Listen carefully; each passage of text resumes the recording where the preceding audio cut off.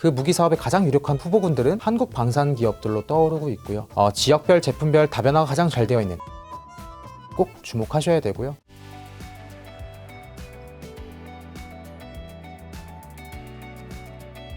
오늘이 날짜가 이제 12월 29일인데 장이 방금 전에 마감했던 데 보니까 하나에어스페이스 9% 올랐었고 한국항공우주가 6.7% 올랐더라고요. 맞습니다. 오늘 왜 이렇게 갑자기 제가 뭐 확인을 못했는데? 이거는 뭐 저는 되게 단순한 이유다라고 생각을 하고 있는데 네. 투자 경고 해제.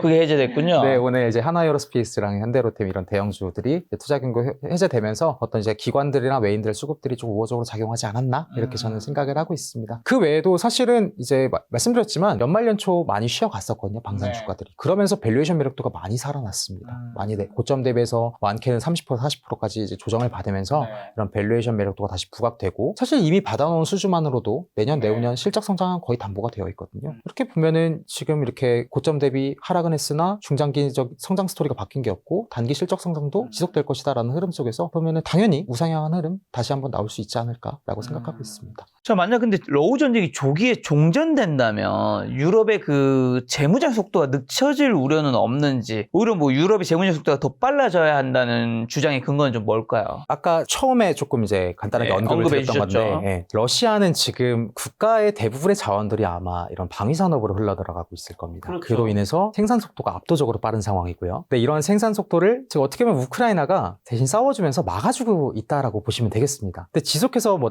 나토의 총장이라던가 이렇게 언급하는 게 무엇이냐면, 러시아가 빠르면 뭐 2027년에는 뭐 발트삼국이랑 전쟁할 정도로 재무장을 완료해서 다시 재침공을 한다라는 뭐 흐름이라든가, 2029년에는 다시 한번 유럽 쪽을 재침공할 수 있다라는 가능성 지속적으로 제기가 되고 있잖아요. 결국에 사실은 조기 종전이 되면요, 유럽은 준비할 시간이 더 없어지는 거고요. 러시아는 어떻게 보면은 이전에 생산해왔던 대로 한 1, 2년만 더 생산하면 되는 거거든요. 그러면 어떻게 보면은 조기 종전이 된다. 유럽 입장에서는 발등에 불 떨어지고, 그럼 더 빨리 무기를 갖고 와야 되고, 싸울 병력이라든가 무기를 갖고 와야 되고, 그렇게 되면은 한국의 생산력은 더 의존도가 높아질 수밖에 없다. 뭐 이렇게 저는 생각을 하고 있으나, 뭐 이 부분에 대해서는 굉장히 다양한 의견들이 존재할 것 같습니다. 네. 그리고 현지 생산과 기술 이전 관련해서 이제는 무기만 파는 것이 아니라 현지 공장을 짓는 게 좀 필수이게 되고 있는데, 이러한 현지화 기조 한국 기업들의 영업이익률을 훼손할 가능성은 없을까요? 뭐 지금 단언할 수는 없겠죠. 단언할 수는 없겠으나, 물론 이게 뭐 예를 들어 조이트 벤처를 해가지고 뭐 지분을 한국 기업의 51%를 갖고 뭐 그래가지고 뭐 현지화율 얼마나 해서 뭐 이익률 훼손될 수도 있다, 뭐 이렇게도 보시는 분들도 있고, 혹은 우리가 지금까지 뭐 예를 들어 정말 예시입니다. 그냥 K2전차 뭐 100대 우리 1조 원이라고 했으면은 앞으로 현지 생산이 진행되면서 이게 뭐 절반 가까이 줄어들지 않겠느냐, 뭐 이렇게 생각하실 수도 있겠으나, 이거는 다 다를 것 같아요. 다 다를 것 같고, 다만 최근에 이제 한화에어로스페이스에서 이 폴란드 물량 외에도 저기 호주랑 이집트 물량이 조금씩 나오기 시작했거든요. 근데 이런 것들이 3분기 실적부터 반영이 됐었어요.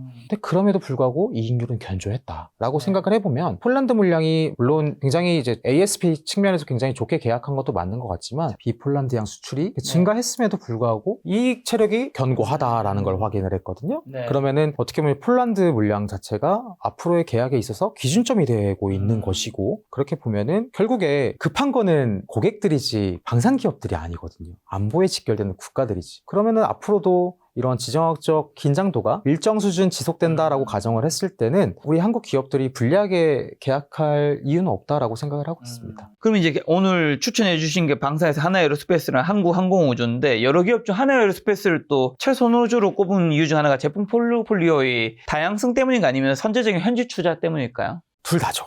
그거는 이제 하나로 구분 지을 수는 없을 것 같고요. 물론 이렇게 이제 워낙 이제 방위 산업이 사실은 이제 저희가 알면 안 되거든요. 뭐 어느 나라가 얼마나 무기를 갖고 있고, 그 뭐 기술 수준이 어떻고, 이런 거는 사실 일반 국민이 알면 안 되는 정보이기도 합니다. 근데 그럼에도 불구하고 사실은 한화에어로스페이스가 이렇게 적극적으로 지역 해외 쪽 법인 이렇게 투자를 확대한다는 것 자체가 암묵적으로 뭔가 논의 중인 사업들이 조금 있지 않나라는 게 저의 그냥 좀 합리적인 추론이지 않을까라고 생각을 하고 있는 것이고요. 그렇게 보면은 사실 이미 받아놓은 그 수주잔고만 해도 30조가 넘습니다. 그러면 이게 벌써 4년에서 5년 정도 물량이 되거든요. 뭐 이것만 생각을 해도 뭐 충분히 투자할 가치가 있다라고 생각을 하고 있는데, 지금 막 이제 현지 투자는 지금부터 막 확대가 되고 있거든요. 뭐 오늘 기사가 또 나왔지만, 이제 12월 29일이죠. 뭐 기사가 나왔지만, 이제 폴란드 WB사와 그 천무 미사일 JV 공장 관련해가지고 뭐 오늘 뭐 유의미한 기사가 나올 것이다. 뭐 4.8조 원 규모의 뭐 계약이 나올 것이다. 사실 몰라요. 안 나올 수도 있고, 저희가 이제 장 마감이 됐잖아요. 뭐 지금 시점에서 뭐 단언할 수는 없겠지만, 있지만 이런 식으로 사실은 저희가 모르는 기회들이 굉장히 많다. 많은 기업이다. 네, 그렇게 보시면 근데 되겠습니다. 하나에어스페이스 같은 게 향후 4년간 11조 원을 투자해 글로벌 거점을 확보하는 계획이 있는데 이런 말씀하신 해외 거점 확보라는 목표는 뭐고 모를 수 있겠죠. 근데 대규모 투자가 수익성 악화로 이어질 위험은 없을까요, 그러면? 수익성 악화요. 네. 물론 예를 들어 현지 법인을 설립했고 뭐 공장까지 네. 지었는데 거기에서 감가상각만 발생하고 고정비 부담도 안 될 정도로 예를 들어 공장이 안 돌아간다. 그러면 악화가 될 수 있겠죠. 네, 그렇게 되면 악화가 될 수 있겠지만 지금 시점에서는 저는 오히려 수요가 있었기 때문에 지금이라도 투자한다라고 보는 게 더 합리적이지 않을까라고 생각을 하고 있습니다. 물론 앞으로 3년 뒤, 4년 뒤는 어떻게 될지는 사실은 모르죠. 네, 지금까지 어떤 흐름을 봤을 때는 충분히 동시다발적으로 무기 수요가 확대가 되고 있고 하나 에어로스페이스는 선제적으로 투자를 하고 있고 그리고 다른 어떤 이제 선진국의 이제 공용 방산 기업들처럼 지역별로 제품별로 다변화가 잘 된 포트폴리오를 마련하는 초석이 이미 준비되고 있다 이렇게 생각하고 있습니다. 그럼 하나에어로스페이스 여기 목표 주가가 적어놓으시 하나만 더 여쭤보면 현재 장 마감하고 종가가 94만 9천, 95만 정도란 말이죠. 목표 주가가 128만 원, 상승 여력이 현재 주가에 따라서 한 20에서 한 25%라 칠게요. 근데 이제 제가 하나에어스페이스 주가를 보면 최근 3년 동안에 정말 많이 올라와서 여기까지 왔단 말이죠. 그러니까 이 기울기가 굉장히 가파르단 말이죠. 근데 예를 들면 목표 주가라고 하셨으니까 뭐 그 이상 생각하실 수도 있겠죠. 어쨌든 여기서는 20에서 25%의 목표 수익률인 건데 그거를 먹겠다고 들어갔다가 이 높이만큼의 부담감이 있잖아요. 주가 많이 올랐기 때문에. 그러니까 이 정도를 리스크를 감내할 만큼의 수익률인가 한번 여쭤보고 싶은 마음이 있습니다. 그러니까 25%될 수도 있겠지만 당연히. 근데 이것만큼 많이 올랐으면 이게 당연히 조금 떨어질 확률도 당연히 있는 거니까요. 그러면은 뭐 제가 아까도 서두에 말씀드렸지만 난이도가 올라갔다. 난이도가 올라갔다. 근데 저는 이 상승여력 뭐 올해 95만 원 기준으로 뭐 대략 한 30% 정도라고 생각을 해보면 그래서 난이도 올라갔지만 성과는 있을 것이고. 네, 물론 그렇죠. 이게 당연히 이럴 수밖에 없는 거고 어떻게 보면 핵심인 질문이자 제가 답변하기 가장 어려운 질문인 것 같아요. 근데 저는 이렇게 생각합니다. 저는 하나에어로스페이스의 어떤 목표 주가에 기반이 됐던 어떤 저희 실적 추정치라든가 이런 부분들은 저는 미래 사업들을 그렇게 선반영을 많이 하지는 않았습니다. 거기다가 저희가 말씀드렸지만 예를 들어 앞으로 사우디 쪽으로 대규모 사업이 나와요. 근데 그런 것들이 나오면 추가적으로 이익 추정치의 업사이드는 존재를 하거든요. 그럼 이거는 제가 생각했을 때는 어떻게 보면은 지금 시점에서 추정할 수 있는 어떤 이익 추정치에 대한 목표 주가인 것이지 앞으로 나올 사업들이 반영이 안 된 겁니다. 그렇게 보면 업사이드는 제가 이 목표 주가에서 이제 표현했던 30% 수준이 아니라 그 이상도 충분히 나올 수가 있다. 물론 이제 뭐 러우 전쟁이 종전이 되고 뭐 동시다발적으로 글로벌의 평화가 찾아온다. 그러면 조금 뭐 문제가 될 수는 있겠죠. 근데 하지만 그럴 가능성이 높지 않고 지금까지의 흐름도 그래 왔고 충분히 무기 수요는 지속되고 있기 때문에 그런 흐름 속에서는 우리가 어떻게 보면은 안 갖고 있는 사람들이 오히려 배 아프지 않을까요? 무기 수요는 지속될 거고 한국 방산 기업들에 대한 신규 수주가 지속될 거기 때문에. 근데 현재 한국 방산주들이 퍼가 과거보다 높아진 상태인데 그럼 글로벌 피어 그룹과 비교했을 때 여전히 좀 저평가 상태라고 볼 수 있나요? 이렇게 생각합니다. 약간 유럽 방산주들 예를 들어 뭐 라인메탈이란 기업이라든가 사브 뭐 이런 기업들이 있습니다. 이런 기업들 대비해서는 멀티플 자체는 좀 낮아요. 근데 미국 방산 기업들보다는 멀티플이 높기는 합니다. 그 이제 스톡홀름 연구소에서 나온 자료인데 작년 기준으로였나요? 근데 2024년 기준으로 국가별로 방산 매출 순위를 살펴보면은 1등이 의외로 일본이고요. 2등이 독일이고요. 3등이 한국입니다. 유럽 방산 기업들이 우리가 조금 더 멀티플을 많이 주는 이유는 결국에 앞으로 유럽에서 재무장을 하면서 엄청나게 많은 돈이 여기에 쏠릴 것이라고 예상을 하기 때문이잖아요. 근데 지금 한국 방산 기업들은 유럽, 독일에 비해서도 성장률이 많이 뒤처지지 않는단 말이죠. 물론 이제 앞으로 아까 말씀드린 세이프 프로그램이라든가 이런 것들이 한국 기업들에 어떻게 작용할지, 바이 EU 기조가 어떻게 작용할지 이런 것들을 좀 살펴볼 필요가 있다라고 생각을 하고 있습니다만 만약에 거기서 우리가 유럽이 정말 한국 방산 없이 재무장이 안 되는구나 라는 게 확인이 되면은 이 멀티플의 상승률도 존재하는 거죠. 일본이 근데 굉장히 높네요. 일본이 의외로 굉장히 높더라고요. 저도 그래서 이 부분이 어디서 이렇게 많이 성장이 되고 있는 거지? 이렇게 생각을 해보면 일본 같은 경우도 최근 몇 년간 굉장히 적극적으로 국방 예산 늘리고 있거든요. 그러니까 일본의 어떤 성장률을 바탕으로 예상을 해보면 최근에 또 일본이 중국 쪽이랑 조금 지정학적 긴장도가 올라가고 있죠. 그렇게 보면은 사실 이런 유럽, 중동뿐만이 아니라 이런 동북아에서도 지금 지정학적 긴장도가 오히려 이쪽으로 영역을 넓혀가고 있는 그런 확대되는 흐름이 나타나고 있지 않나라고 생각하고 있습니다. 자, 한국항공우주는 이제 현재 주가가 11만 7,500원인데 목표 주가 13만 5천으로 이제 바이 이제 언급하셨던데, 보잉 방산 부문의 위기가 한국항공우주의 UZTS 고등훈련기 수주에 결정적인 기회가 될 수 있다는 분석의 근거는 뭐고, 또 UZTS 산업의 RF 발표가 기업 가치 레이팅에 미칠 영향은 좀 어떻게 보시나요? UJTS 이제 미국 고등해군 훈련기 사업이고요. 결국에 지금 4개 컨소시엄에서 경쟁을 하고 있습니다. 하지만 그 중에 유력한 컨소시엄은 이제 우리 한국항공우주와 로키드 마틴 연합, 그리고 보잉과 사브 연합, 이렇게 이제 크게 2파전이라고 보시면 되겠는데, 보잉 같은 경우는 사실 지속적으로 이 방산 쪽이 조금 위기를 많이 겪고 있습니다. 그리고 앞서 보잉이 2018년인가요? 그때 수주했던 이제 공군훈련기 사업도 아직까지 지금 타임라인을 지키지 못하고 있거든요. 지금 이제 2025년이잖아요. 그렇게 생각을 해보면 어떻게 보면 지금 보잉이랑 로키드 마틴 쪽에 손을 들어줄 수밖에 없는 상황인 거고, 플러스로 사실 미국의 어떤 국방부 입장에서 생각을 해보면 보잉하고 로키드 마틴 이 두 개 기업을 다 가져가야 됩니다. 기본적으로 두 개 기업은 가져가야 되니까 생각을 해보면, 근데 이 보잉 쪽에 위기를 겪고 있기 때문에 최근에 뭐 F-47, 뭐 6세대 전투기 프로그램이라든가 이런 것들을 보잉 쪽에 몰아줬어요. 공군훈련기 가져가고 차세대 전투기 보잉이 또 가져가고, 그러면은 이번에 로키드 마틴도 새로운 사업 하나 받아올 때 되지 않았나? 약간 이렇게 생각을 또 하고 있는 거고요. 근데 이 사업은 사실은 일단 216대 정도라고 이제 RFI 요청서에서 그렇게 나와 있고요. 이게 사업은 조금 2개월 정도 밀렸습니다. 그래서 원래 12월 달에 이제 구체적으로 입찰 제안서가 포함되는 이제 RFP가 12월 달에 나올 예정이었는데 이제 2개월 정도 밀렸고, 그에 따라서 이제 우선 협상 대상자 선정도 뭐 27년 1분기에서 2분기로 조금 밀리긴 합니다. 네, 밀리는 거 맞습니다. 근데 사실은 뭐 조선모사잖아요. 네, 조금 늦어지는 거고, 근데 만약 이 사업을 수주하게 된다, 그 기대 효과가 저희는 되게 이제 궁금하겠죠, 다들. 216대 정도이고 대략 뭐 대당 한 300억 정도 추정을 해보죠. 근데 뭐 훈련기니까 뭐 최대한 사양을 많이 떼냈다 생각을 하고, 그럼 여기서 뭐 카이 컨소시엄이 가져오는 걸 한 70% 정도로 가정을 해보면 대략 한 4조 원에서 5조 원 정도가 될 겁니다. 카이에서 가져오는 사업 규모가. 근데 이거 외에 우리가 카이가 미국에다가 아무리 훈련기라고는 하지만 전투기를, 완제기를 수출한다? 군용 완제기를 수출한다? 그러면은 어떻게 보면 이 카이의 그 T50 플랫폼, 그 훈련기 플랫폼은 그 미국의 레퍼런스를 바탕으로 글로벌 시장에 침투할 수 있는 여력이 많아진다는 겁니다. 여기다가 그럼 최근에 미국의 우방국들이죠. 호주, 캐나다, 영국, 이쪽들도 충분히 훈련기 수요가 존재하고 있거든요. 뭐 예를 들어 제가 정확히 잘 생각은 안 나는데 뭐 2029년까지 뭐 700대 정도가 더 있다. 그러면 여기에 대해서 이 시장에서도 카이가 어떻게 보면 가장 유력한 후보자로 떠오르는 것이고, 그럼 마찬가지로 대당 한 300억 정도만 가정을 해도 그 20조 원 이상이 되는 거거든요. 그렇게 보면은 이 UJTS는 그 자체로만 봐도 사업 규모로 의미가 있지만 그 파급 효과까지 생각했을 때는 리레이팅 요인으로 부족함이 없다라고 생각을 하고 있는 겁니다. 자, 현대 로텐도 한번 여쭤보면 K2 전차의 폴란드 잔여 물량과 루마니아 수주 여부가 중요할 텐데, 시장이 가진 성장 지속성에 대한 의구심을 어떻게 좀 해방할 수 있고 현대 로텐도 좋게 보시는 건가요? 현대로템은 우리 K2 전차라고 하는 아이템에 있어서 독보적이라고 생각하고 있습니다. 글로벌리 뭐 생산성이라든가 기술력이라든가 좀 독보적인 기업이다라고 생각을 하고 있습니다. 그래서 당연히 좋게 보고 있고요. 물론 이제 현대로템이 안 좋아서 제가 뭐 탑픽이 아닌 건 아니에요. 네, 탑픽이 아닌 건 아니고, 이제 현대로템 같은 경우는 성장 지속성, 사실 얘네가 현대로템이 매년 몇 대를 만들어가지고 몇 대를 납품을 하고 있고, 이런 것들을 사실 마찬가지로 일반인들이 알면 안 되는 정보긴 합니다. 네, 여기는 지금 폴란드 쪽으로 대부분 다 나가고 있죠. 근데 여기다가 지금 앞으로 더해질 물량들이 지금 국내 양산 물량이 있습니다. 국내 양산 물량이 육군 쪽으로 150대, 그리고 해병대 쪽으로 50대 해가지고 총 200대 정도가 있고요. 플러스로 지금 논의되고 있는 게 페루, 이라크, 루마니아 물량들이 굉장히 가시성이 높아지고 있죠. 이런 것들이 성장성, 당연히 이제 프로의 새로운 성장 동력이 될 것이고요. 그래서 현대로템도 인더 스케줄 같은 경우는 조금 성장에 대한 의구심이 물론 이제 시장에 존재한다라고 생각은 하고 있지만, 이러한 부분들도 신규 수주와 함께 해소될 거다라고 생각하고 있습니다.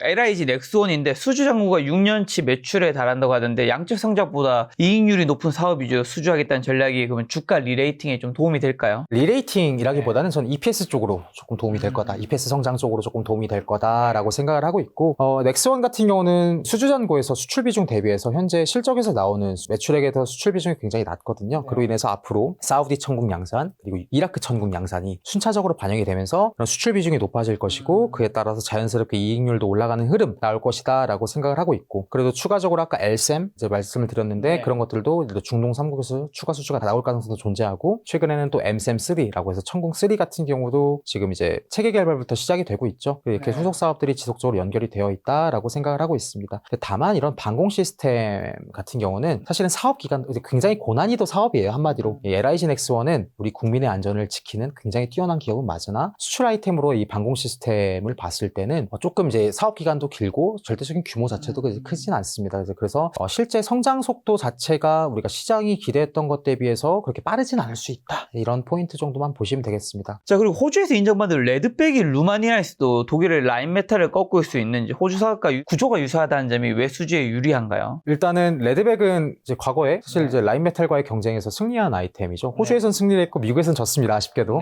네. 근데 이 호주의 비즈니스 모델이죠. 어떻게 보면 이제 현재 법인을 설립을 해서 공장을 짓고 거기에서 뭐 K9 자주포와 함께 레드백을 같이 같은 사이트에서 생산을 하는 이제 그런 비즈니스 모델이고요. 이게 사실 루마니아 쪽도 K9을 사용을 하고 있고 거기 쪽에서 루마니아 쪽에 지금 하나에어로스페이스가 짓고 있을 거예요. K9 자주포 공장을 아마. 그러면은 마찬가지로 거기 이미 지역 짓고 거기에서 레드백을 생산하는 이런 흐름. 루마니아 입장에서는 사실은 불확실성이 없는 거죠. 그렇기 때문에 이제 한국 이제 하나에어로스페이스의 어떤 뛰어난 기술 이전과 기술력과 거기 그 기술을 이전받고 현지 생산까지 시설 투자까지 받아서 거기에서 루마니아가 오히려 역으로 수출하는 이제 그런 흐름도 조금 기대해 볼 수도 있고. 근데 물론 이제 이 루마니아 레드백 사업, 그러니까 루마니아 장갑차 사업이죠. 이 사업 같은 경우는 뭐 지난 11월에는 라인메탈이 이미 수주를 했다라고 할 정도로 사실 녹록치는 않은 상황입니다. 근데 그럼에도 불구하고 뭐 되면 좋은 거고 뭐 안 되면은 그냥 또 뭐 다른 사업들이 충분히 많이 여전히 존재하는 거고 좀 그 정도로 생각하고 있다라고 생각하고 있습니다. 제너는 또 아토믹스와 무인기를 공동 개발한다는 소식인데 기존 지상 방산 중심에서 무인기 분야로 영역을 넓히는 것이 하나의 새로운 성장 동력이 될까요? 뭐 좀 다른 얘기긴 하지만 무인기라든가 뭐 드론도 뭐 비슷하겠죠. 이렇게 기존의 하나에어로스페이스가 지상 방산 쪽에서 얻은 성과를 토대로 다른 이제 미래 무기 플랫폼에 대한 투자가 되는 거는 지금 당장 우리가 하나에어로스페이스의 무인기가 한국의 뭐 대표 무인기가 될 것이야 아니면 수출 아이템까지 확장이 될 것이다 라고 이렇게 단언하기는 어렵지만 왜냐하면 이 무인기 시장 같은 경우는 뭐 대한항공이라든가 한국항공우주도 같이 이제 참여를 하고 있거든요. 네, 그렇게 보기는 어렵지만 되면 좋은 거죠. 네, 되면 좋고 앞으로 무인기에 대한 이제 의존도는 굉장히 많이 높아질 거예요. 대표적으로 유무인 복합 전투 체계라고 해가지고 전투기 하나에 이제 무인기 편대가 이루는 그런 시스템이 지금 논의가 되고 있거든요. 그렇게 보면은 굉장히 큐가 많잖아요. 전투기 하나당 예를 들어 무인기 3-4대 이렇게 보면은 큐도 많고 무인기는 어떻게 보면 또 소모품 성격일 거잖아요. 전투기를 지키는 뭐 정찰 무인기라든가 그렇게 생각해 보면은 이쪽에서의 성장 동력은 앞으로 매우 클 것이다. 근데 아직까지는 뭐 시장이 개화되거나 그런 단계는 아니다. 네, 이렇게 보시면 되겠습니다. 저 오늘 방산 섹터 전반적으로 점검해 주셨는데 방산주 마지막으로 투자 탑픽 종목 정리해 주시면서 저희 시청자분들에게 꼭 해주고 싶은 말씀이 있다면요. 네, 뭐 이제 긴 시간 이제 뭐 말씀 들어주셔서 너무 감사하고요. 일단 첫 번째로 방위산업 전체에 대해서 한번 정리를 해보겠습니다. 결국에 한국 방위산업들의 성장 스토리는 앞으로도 지속될 겁니다. 뭐 분쟁도 해결될 조짐도 분명히 존재를 하지만 이미 오늘날의 지정학적 리스크로 인해서 내일의 무기사업, 그 무기사업의 가장 유력한 후보군들은 한국 방산 기업들로 떠오르고 있고요. 그렇게 되면은 내년부터 다시 뭐 유럽발, 중공발, 대형 수주부터 시작해서 한국 방산들 기업들이 저변을 넓혀가는 그런 이제 중장기 흐름이 지속될 거다라고 생각을 하고 있고 그 중에서 지역별, 제품별 다변화가 가장 잘 되어 있는 우리 하나에어로스페이스 꼭 주목하셔야 되고요. 한국항공우주도 하나에어로스페이스 못지않게 그동안 성장성에 대해서는 조금 아쉬운 부분이 분명히 있었지만 앞으로의 어떤 이미 예정된 사업이라든가 아니면 앞으로 얻어낼 가능성이 따낼 가능성이 높은 어떤 잠재 수주장까지 생각해봤을 때는 꼭 같이 가져가야 되는 종목이라고 생각합니다. 네, 그래서 오늘 주가가 많이 올랐으니까 팔고 뭐 내일 떨어졌으니까 더 사고 이런 흐름보다도 우리가 좀 중장기 흐름을 같이 이해를 하고 한국 방산 기업들에 대한 믿음을 이제 좀 같이 가져가 보신다면 저는 충분히 좋은 성과 있을 거라고 생각하고 있습니다. 네, 감사합니다. 자, 지금 이제 그 연구원님께서 한국항공우주라든가 다양한 종목들 이제 리포팅도 봤는데 보니까 하나에어로스페이스가 상승 여력이 뭐 리포트 썼을 때와 지금의 주가가 다르기 때문에 좀 다를 수 있지만 여기 썼을 때는 23%, 현대로템 23%, 한국항공우주가 35%, LIG 넥스원 23%, 한국항공우주를 빼고 나머지 3개 종목은 상승 여력은 똑같단 말이죠. 적으신 것만 따르면. 지금 시점에서요? 네. 네네네. 근데 상승 여력은 똑같은데 하나에어로스페이스를 좀 더 픽한 이유가 뭐 지금 말씀해 주신 거 외에 또 다른 이유가 있는지랑 플러스로 한국항공우주는 지금까지는 어쨌든 다른 종목 대비는 방산주에서 좀 많이 덜 올랐잖아요. 지금까지 못 오른 이유가 뭔지 한 번 더 설명해 주시면서 그 이유가 앞으로 주가가 못 오를 때도 또 다른 같은 이유로 못 오르는 부분이 있을까? 왜냐면 못 오른 이유는 분명히 있을 테니까요. 보통 못하는 이유는 반복되기 마련이라서. 일단은 제가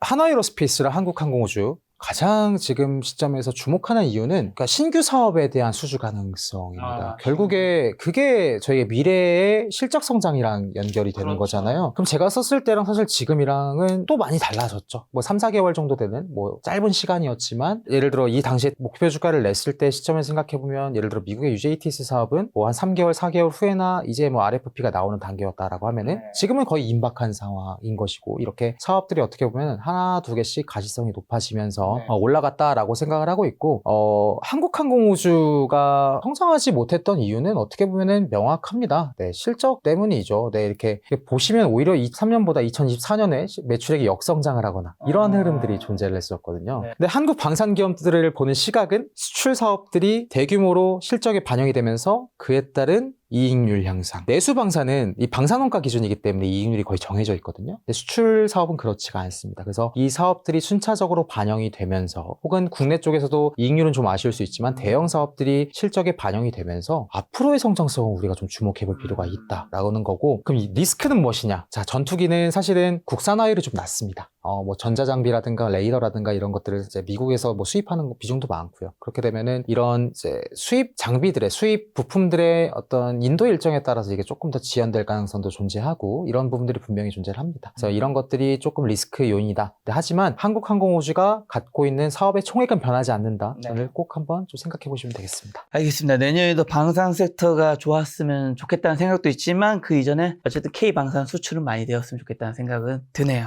그냥 이렇게 말씀드리겠습니다. 글로벌 방산은 이렇게 꼭 안 좋아도 되는데 한국 방산 기업들에 대한 주목도는 좀 많이 올라갔으면 좋겠다. 네, 이렇게 생각하고 있습니다. 알겠습니다. 내년에 또 방산 이슈 생기면 윤 연구원님 모시고 이야기 한번 들어보도록 하겠습니다. 오늘 만나요 손님은 백종미 애널리스트님이었습니다. 지금까지 소중한 시간 함께해 주셔서 정말 감사합니다. 오늘도 김 작가였습니다. 고생 많으셨습니다. 네, 감사합니다.